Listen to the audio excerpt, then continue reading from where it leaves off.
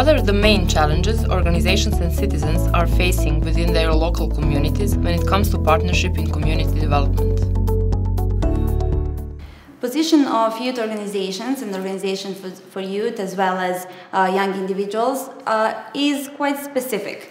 Why? Well, I think that the main challenge for young people in local community are actually that they're not involved in decision-making process. So that's the biggest problem, and that's why we think the key is to have much more youth bodies that think about youth in local communities and how to develop actually a local community. Main challenges during our work in association are our citizens and farmers, lack of information about clusters, way of their functioning, and skepticism in the terms of benefits which that type of functioning can bring.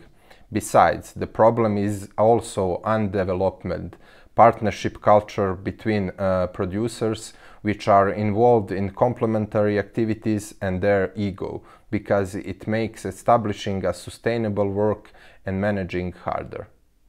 Well, the main challenges are actually overturning the common beliefs that we have. So say regarding plastics, practically everyone believes that plastics are recyclable. But in reality, only one kind of plastic is commercially viably recyclable. So when you actually put plastics into recycling bin, only maybe 8 to 15% of that plastic actually gets recycled.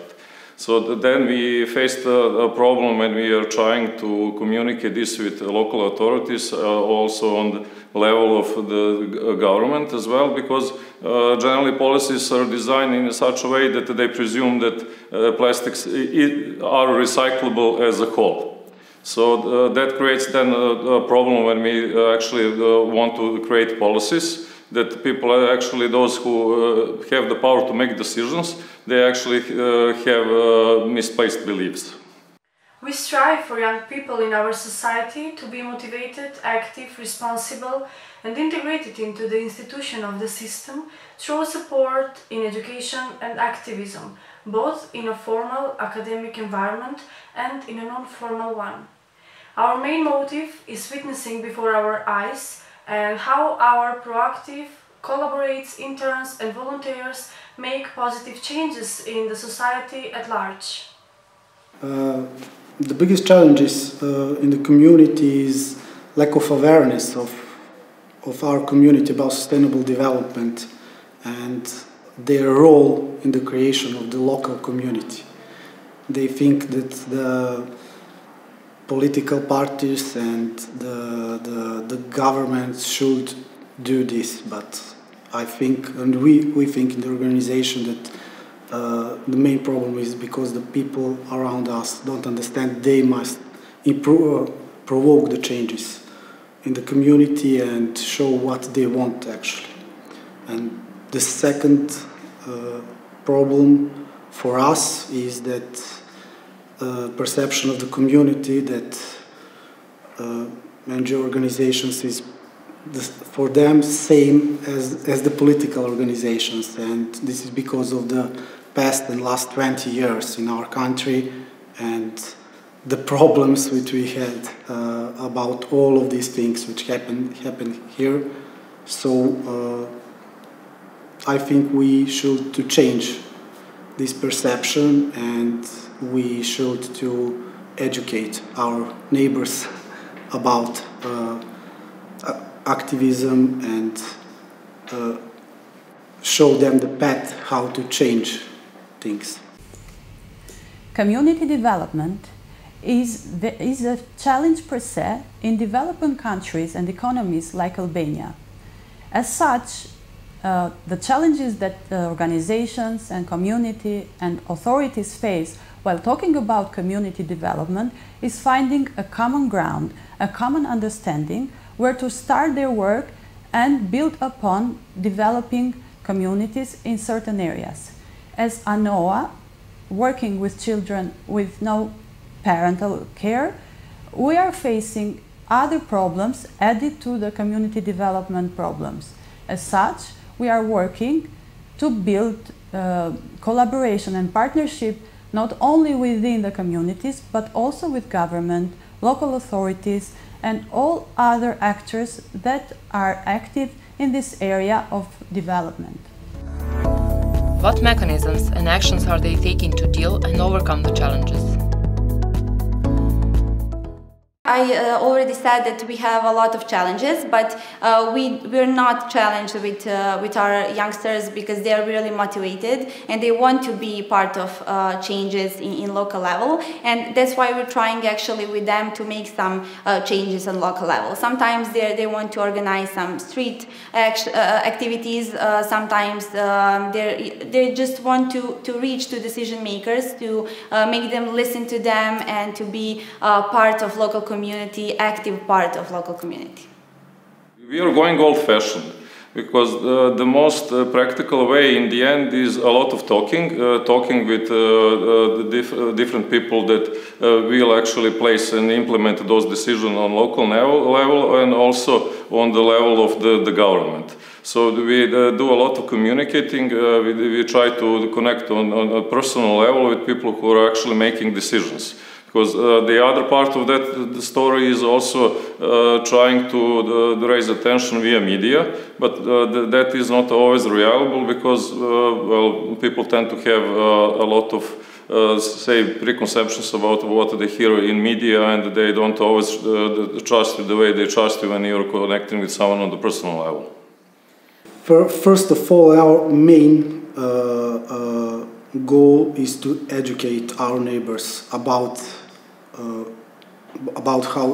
how to work on the policies, how to change things, how to activate the community.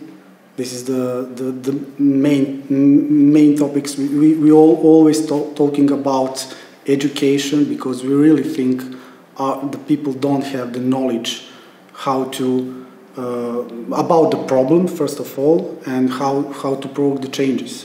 So we working a lot of on educating. We work with our neighbors. First of all, we work a lot of with the young people. So we think that they can change our country, our region, and the city. So it's very important to spend a lot of energy of them and give them the energy, give them the knowledge, and give them the tools. We think that our organization and other organizations should be some kind of the hubs and some kind of the service all of those young people or people who are interested in the some kind of activities to do some activities in the city. When we face those challenges, we basically focus on our own capacities because we have tried to communicate these challenges to the state officials, but it's kind of crazy because the pressures are coming from the state.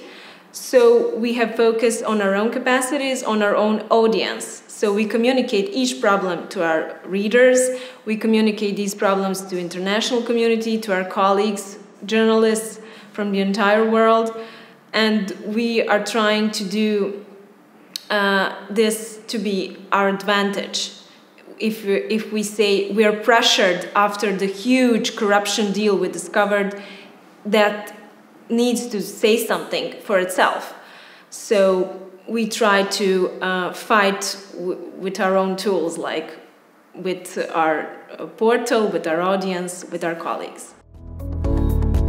Did the communities throughout the region seize the opportunity that EU integration process has introduced for sustainable development and improvement of quality of life? Needs of young people in Serbia in different regions are different actually, and that's why we have a different development of local communities in Serbia, so that's why we have different needs of people, but it's common for all of them that they want to be heard, they want to spread their voices, and they want to be active. And situation is pretty similar in the region also, because we're in close cooperation with national youth councils in the region, and it's similar situation because they also have that struggles and that problems. We're also in close cooperation with Croatia, and Croatia is part of EU, so even they have EU dialogue with young people in their country, but they're also faced with some struggles as we are. Most civil society organizations see this as an opportunity to advance their goals and their aims, which are not commonly present in the local societies. So this is not only an issue of finances, of being able to get EU funds. It's actually more important that they get backing from someone higher up who also says, okay, listen, those subjects and those problems are also important, and let's do something about it.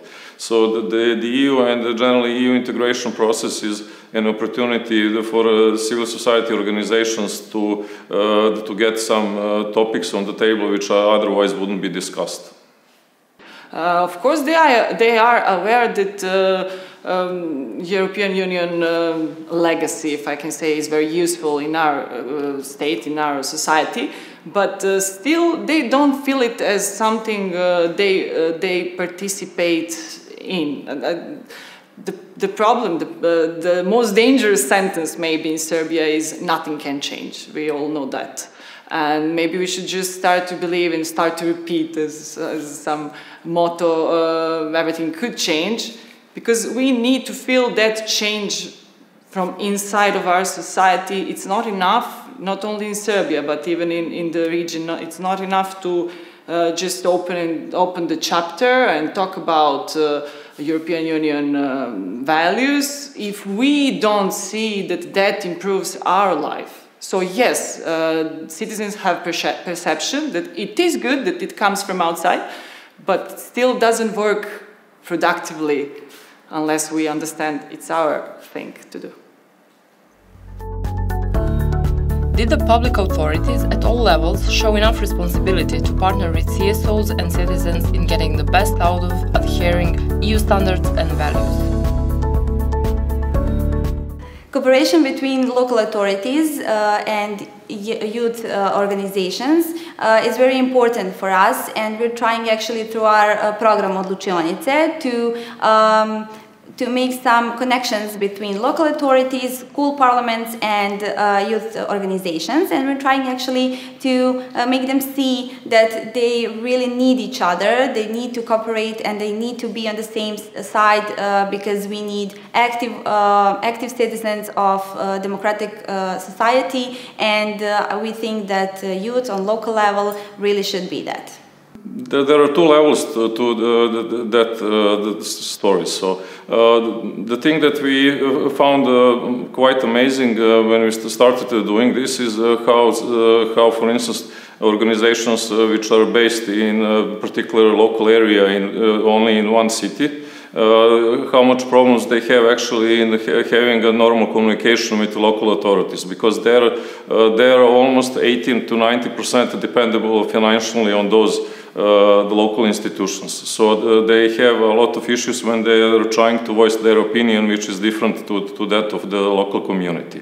So we didn't face that problem because our sources of financial stability are not connected with the local governments or government in Serbia, so we actually can afford freedom. So we then actually had to learn how to communicate with local authorities and how to help the organizations in different cities to raise their voice and to actually be capable of saying sometimes that they disagree with local authorities. So you asked about challenges. This would be one of the challenges, one of the biggest challenges, because the problem is that local civil society organizations are perceived as someone who is competition to local authorities, someone who's interferes in their work, as if the local life belongs only to government sector. So that's why everything we suggest or propose is perceived as criticism, and our ways to involve the citizens in decision making is perceived as kind of rebellion and stuff like that. So the problem is perception. Generally, they have kind of passive collaboration with us. Of course, they will answer in every of our proposals or requests, but we don't see that they have perception that we are partners and that we can work together to some local community problems or issues. That's why we think that should be much better, basically, and it comes from outside, like someone told us we need to cooperate, but it looks like local authorities doesn't have that impression that we should share shaping of local community life. What lessons did EU, its member states, countries and communities throughout Western Balkans learn from this crisis, and how we can transfer them into future activities for developing our communities?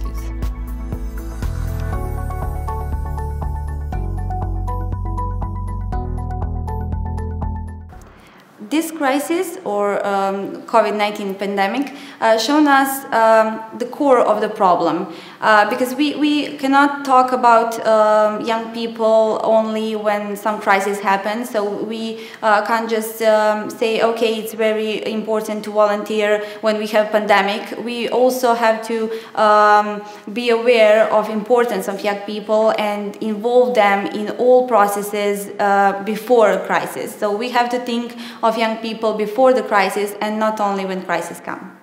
Well, at the beginning, definitely there was this sense of, well, shall we say that we are more of a community, and some things were a bit easier to communicate at the beginning, but afterwards we gradually started returning to normal ways.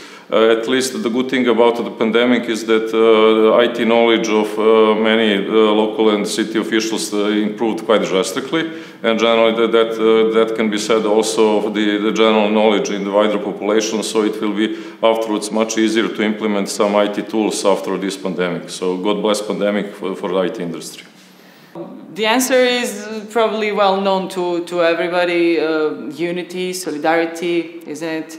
So we probably all learned that we need to rely on our local society, first of all, because we need to make that bonds stronger in times we are not in crisis, because we saw now that in times of crisis we need someone, the closest people around us, but also we see that everything is connected, and well-being of our community depends on well-being on some neighborhood communities or continent or even the whole world. So the lesson would be that we need to make stronger and more serious bonds and links in times of stability, so that we can count on it in times of pandemic or something like that.